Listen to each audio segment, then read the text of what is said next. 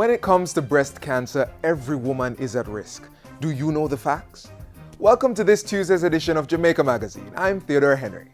In today's program, we look at the recently held public consultation in Montego Bay on the Flexi Workweek arrangements that will soon be introduced, and it's Breast Cancer Awareness Month. So we put in the spotlight how one government entity is actively supporting the cause. We also hear from some Jamaicans on just how much they know about this disease. The news is next, then all this right after.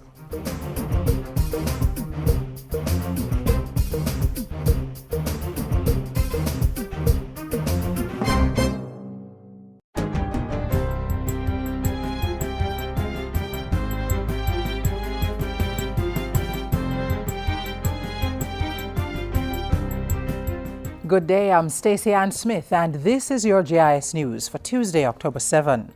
Prime Minister Portia Simpson-Miller has made good on her commitment to maintain the size of her cabinet with the appointment of Derek Kelliher as the Minister of Agriculture, Labour and Social Security. Minister Kelliher had been acting as Agriculture Minister when Roger Clark went on medical leave and since his death in August. Though he's been given official responsibility for both agriculture and labour, Prime Minister Simpson-Miller says the two ministries will remain separate entities. Luther Buchanan has been assigned as the Minister of State in the Ministry of Agriculture, Labour and Social Security and will also retain responsibility for rural development under the Office of the Prime Minister. While announcing the new appointments, Prime Minister Simpson-Miller asserted that agriculture remained one of the key growth areas within the government's economic program.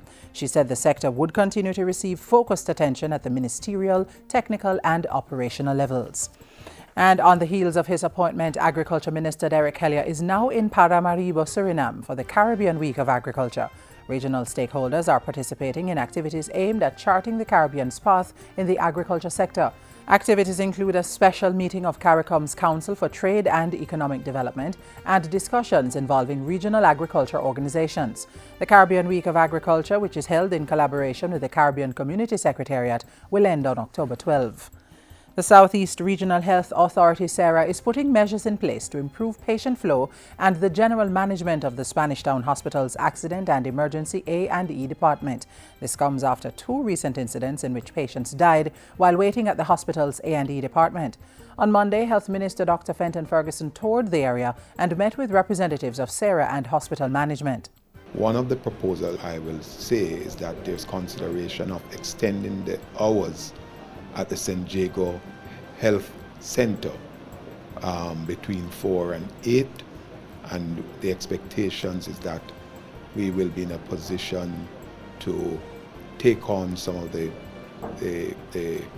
cases that are now coming to the accident and emergency area in this health center. Dr. Ferguson says he is to receive a report on other measures by next Tuesday. In the meantime, the minister is now in receipt of a report on the two recent deaths at the hospital. Draft development orders which facilitate the development of lands are now completed for the parishes of Kingston, St. Andrew, Clarendon, St. Thomas and St. Catherine, excluding Portmore. The newest development orders, in addition to one being prepared for Hanover, are expected to be published provisionally during this financial year. Land Minister Robert Pickersgill gave the update on Tuesday during the handing over of instruments to 4 new land surveyors. He also revealed that the Tourism Enhancement Fund and the National Housing Trust would be supporting the drafting and circulation of development orders for Westmoreland, St. Mary, St. Elizabeth, St. Anne and St. James. These should be ready for 2016. It is expected that for the first time these development orders will bring the entire island under the control of the Town and Country Planning Act by 2017. Development orders are critical as the country faces increased development pressure for limited land resources. Rousseau Primary in Kingston has received 450 sets of desks and chairs to improve the teaching and learning environment at the school. The official handing over was last week by non-profit organization Food for the Poor and the Wisinko Group of companies under the school furniture program. Principal of Rousseau Primary, Owen Speed, pointed to benefits of the program. We are having children performing at a higher level. We have seen growth in the grade 4 literacy rate because we can give them more tests. And we have seen growth in the GSAT. In fact, we have improved over the last year by 100% in passes to traditional high schools, simply because we can now administer the test more frequently and in a more comfortable environment. Since October 2013, 14,000 desks and chairs have been donated to schools in St. Anne, Westmoreland, St. James, Portland, St. Mary and Kingston. And finally, Wi-Fi centres attached to the Governor-General's I Believe initiative and the Rio Cobre Correctional Centre are in line for a boost. Governor-General Sir Patrick Allen recently received 10 computers and 2 tablets from the Chinese ambassador to Jamaica. The equipment has been distributed to centres associated with the Back to Life project in St. Catherine, Trelawney and Westmoreland, all endorsed by the I Believe initiative. A basic school in Portland has also received one of the computers. The Governor-General said the computers would increase access to education, so that you can continue doing the work you are undertaking in reaching our young people, in mentoring them, in supporting them and guiding them to developing their potentials, so that in turn they can contribute successfully to the building of our nation. And that's it for GIS News today. I'm Stacey Ann Smith. Thank you for watching.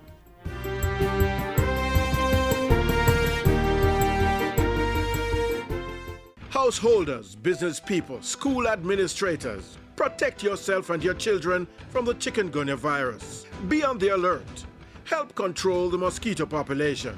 Chikungunya is a virus transmitted by the Aedes aegypti mosquito, which breeds in and around your home, workplace, and school. Destroy breeding sites.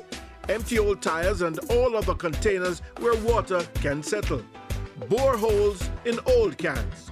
Cover water drums and garbage cans. Wash flower pots and vases and clean pet dishes regularly. Protect yourself from mosquito bites.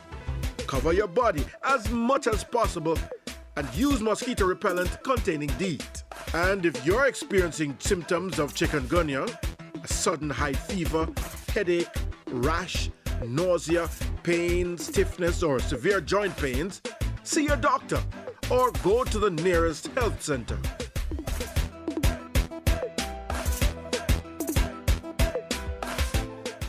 Many of us as Jamaicans are already used to not working a 9-to-5 shift. I certainly can attest to that. But with the introduction of the Flexi Workweek arrangements, we'll be able to have even more flexibility. The government engaged members of the public recently to share the way forward and to hear their views. Catch some of the highlights. Everybody must work. I don't like that. Work. Everybody must work. Young or old. Work harder. Everybody must work. No longer are we insisting on 9 o'clock until 5, but employers and workers can now come together and arrange times convenient to them for the work to be done, right? So it's in essence, that is what we are here going to be discussing.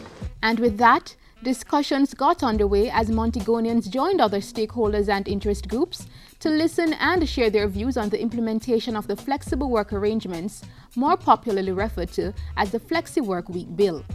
Montego Bay has a tradition that has set the pace for the Flexi Week. In our service industry, in the hospitality industry, and in more recent times, our business processing operations and outsourcing, we have to flex the time to match the services that we offer. Our hotel industries have to run 24/7s. In that persons must be taken care of morning, noon, night, Saturday, Sunday, public holidays. So the world is one place now. And if we cannot move along with the times, then we are going to be left behind. Tuesday, September 23, 2014. An important date to remember, as that's the day parliamentarians debated and subsequently passed the Employment Flexible Work Arrangements Miscellaneous Provisions Bill, paving the way for the introduction of flexible working time. The Flexi Work Arrangement is intended to increase employment opportunities, enhance productivity, and give employees and employers space to select the best working schedules and time suited for their needs. This is part of the exercise that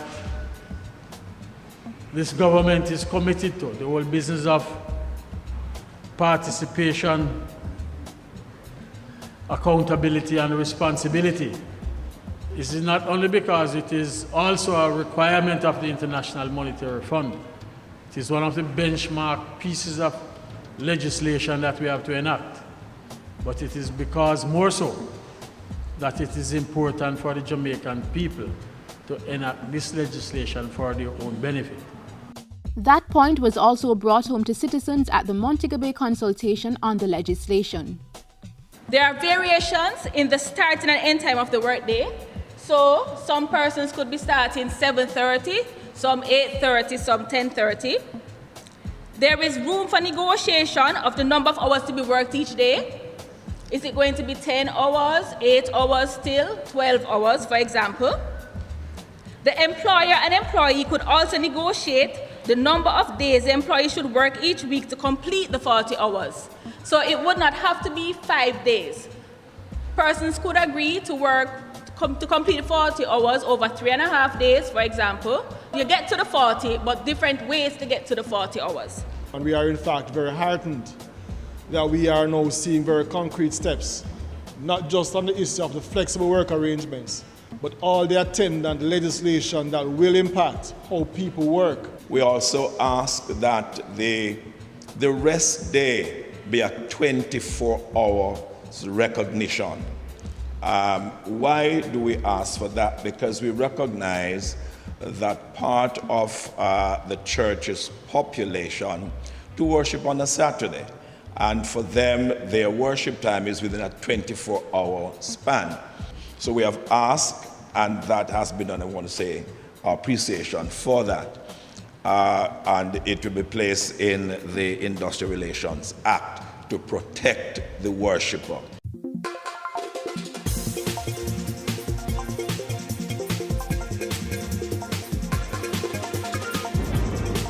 What plans and programs do the government have through the Ministry of Labour to ensure that the program is successful? It is our responsibility at MLSS to monitor its implementation. We intend in a very robust way to ensure that we monitor this particular bill to make sure that there is no form of discrimination that is meted out to anyone. What about the employer? What about the employer? Where is his rights? This bill does not give the worker any more rights than the employer.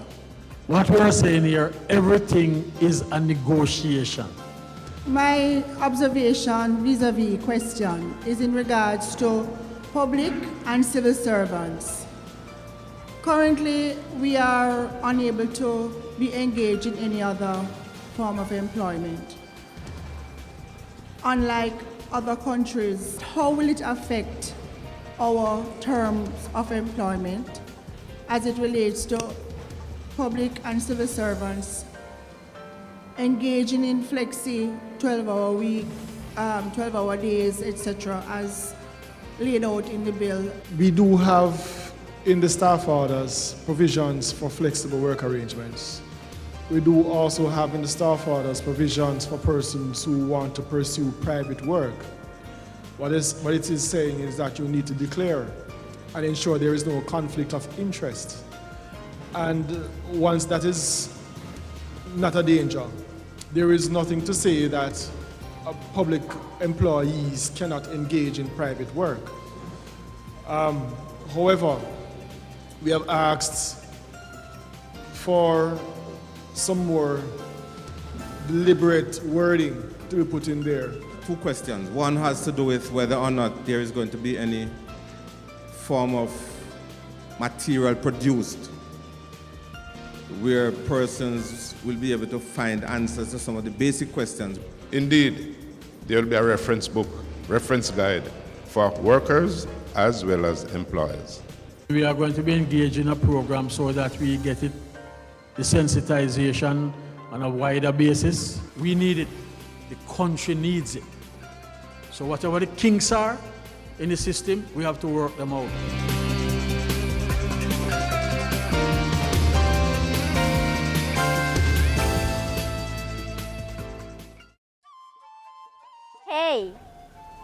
you? Me?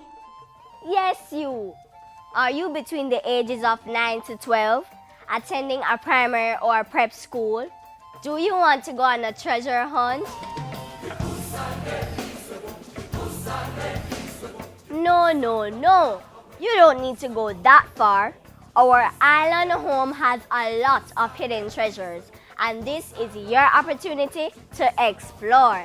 The Jamaica Information Service Heritage Essay Competition is here again for its 4th staging. Your challenge is to type a 400 to 500 word essay on which national heritage site is most significant and why. So gear up,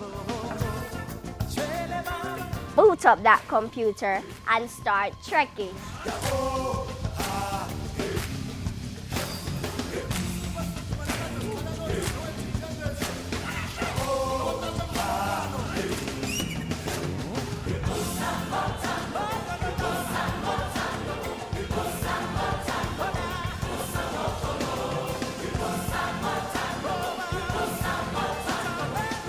You need to download the application form online at jis.gov.jm.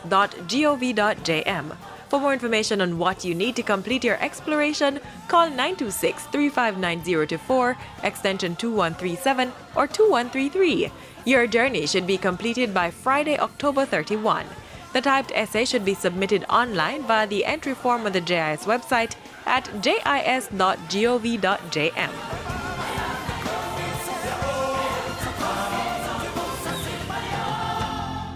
The incidence of breast cancer in Jamaica is at 43.1 per 100,000 women and 0.6 per 100,000 men. Those statistics are from a University of the West Indies sampling of Kingston and St. Andrew from 2003 to 2007. With these numbers in mind, more and more persons are actively seeking to fight the disease.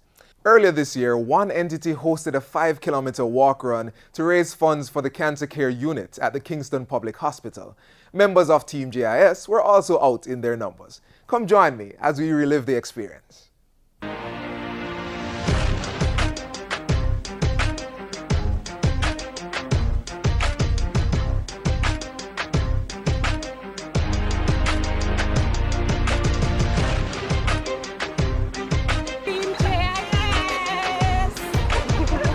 1,100 participants from various companies and agencies answered the call to burn calories while raising money for a worthy cause.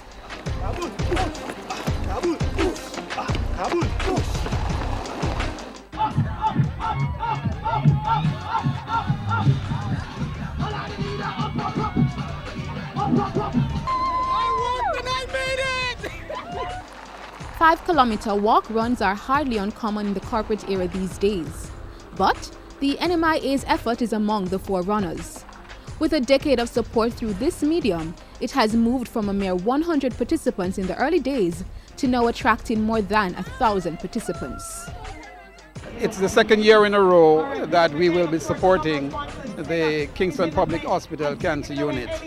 And in last year, the proceeds were supplemented by a contribution, a matching contribution from RBC Royal Bank, and we were able to purchase a very important cancer treatment machine for the hospital. And so what we are doing is ensuring that the equipment can be maintained, that the supplies that are needed to ensure that it can provide the service it needs, and to give whatever other assistance we can to the hospital.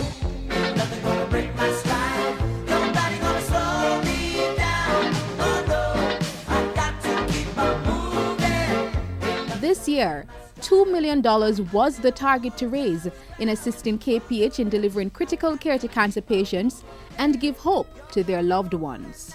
This is personal for me as well, you know, and I'm sure there are other persons who can say that this is personal for them as well. You know, I lost a sister 3 years ago to date to cancer, you know, she was only 38 years of age. So this is really, it's really personal as well as fun to come and support. She wasn't the only one enjoying the day's activities. Come now, lullaby. Let's go, lullaby.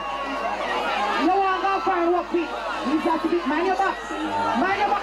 Hey, boy. It's up. You're sure.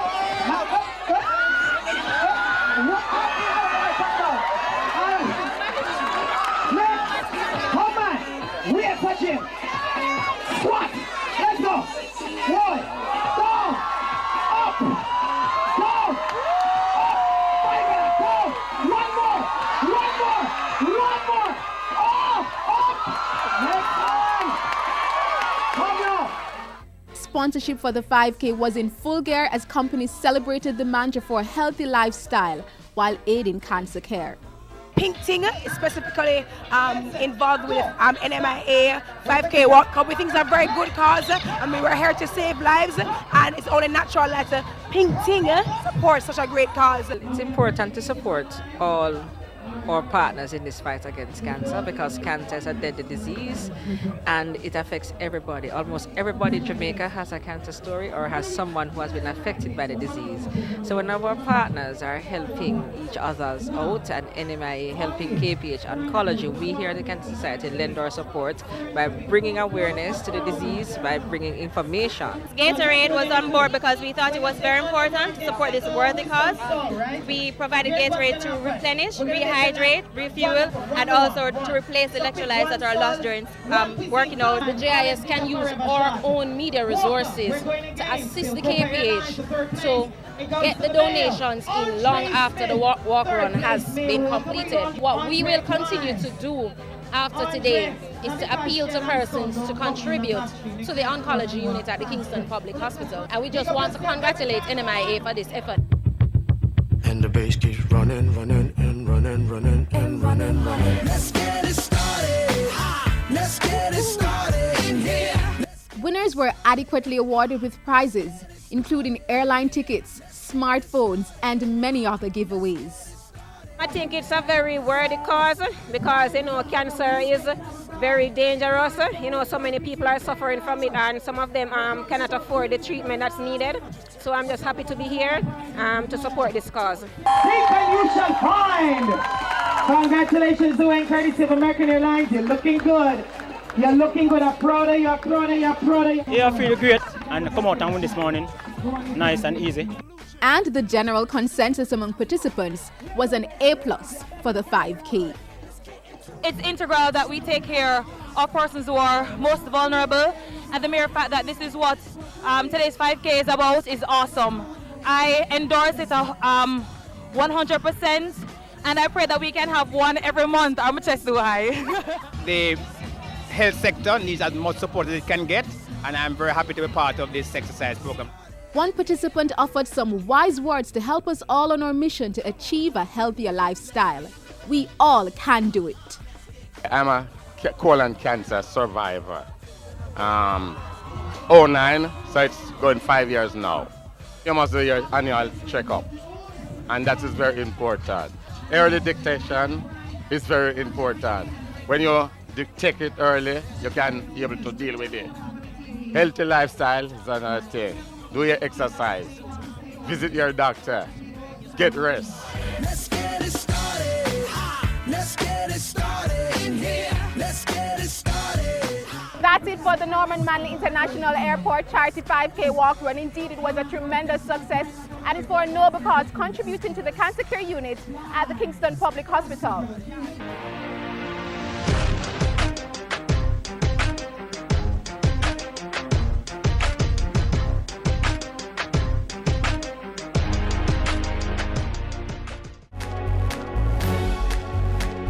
Know your numbers and control the keys to a healthier heart. Know the numbers for your blood pressure, cholesterol level, blood glucose level, and your weight and body mass index. Find out the risks they represent and what you need to do to stay healthy. Talk to your doctor and start making healthy lifestyle choices to prevent a heart attack or stroke.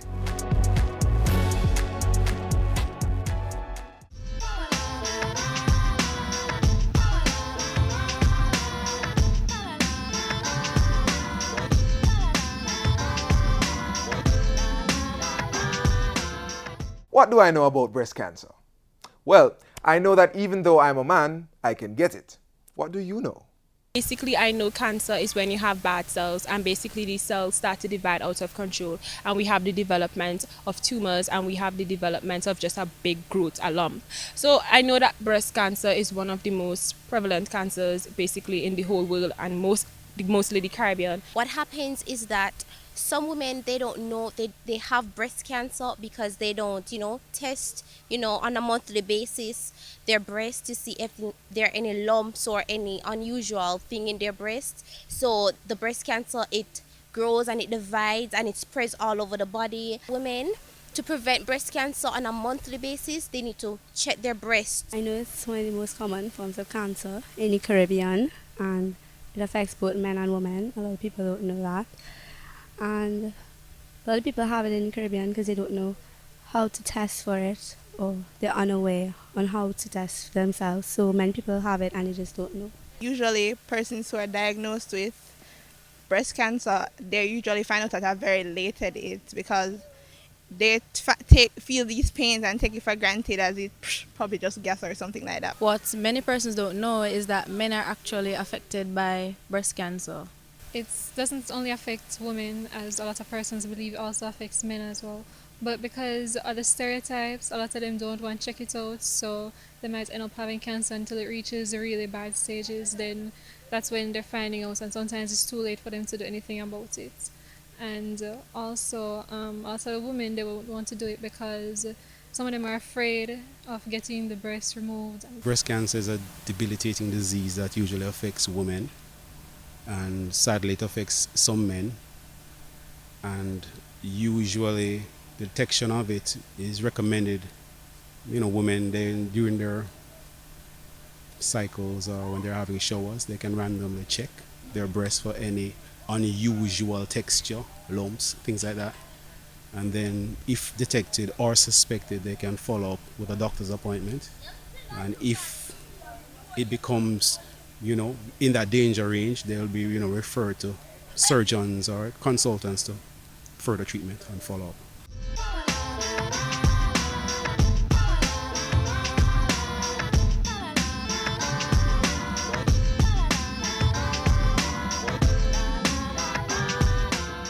Like me, you may know someone who is a breast cancer survivor. Each story is a testament to the indomitable human spirit to rise above every challenge no matter the odds. You may be in the struggle, but keep persevering. One well-known Jamaican sprinter has been doing just that. Let's hail all our survivors.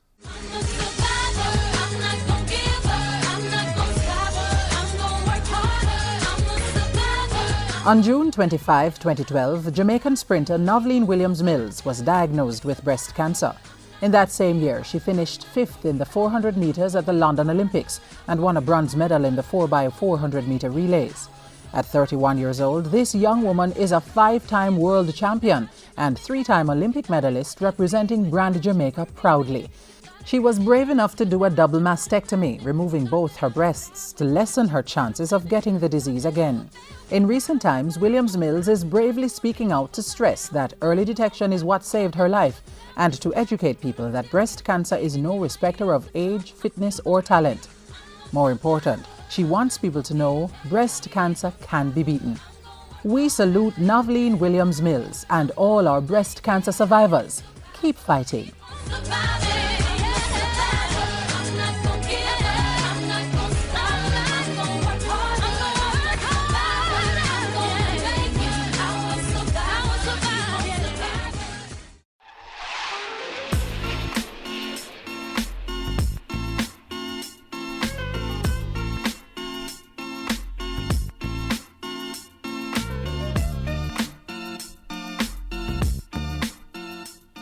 Remember, early detection saves life. Join the fight today against breast cancer and get involved in the various campaigns and activities taking place nationally or in your community. If you are a survivor, send us your story. Email us at jamaicamagazine@jis.gov.jm. Share with us your feedback on our programs through our social media platforms. And be sure to visit our website, jis.gov.jm, for timely and relevant information. On behalf of the JIS production team, I'm Theodore Henry. See you next time.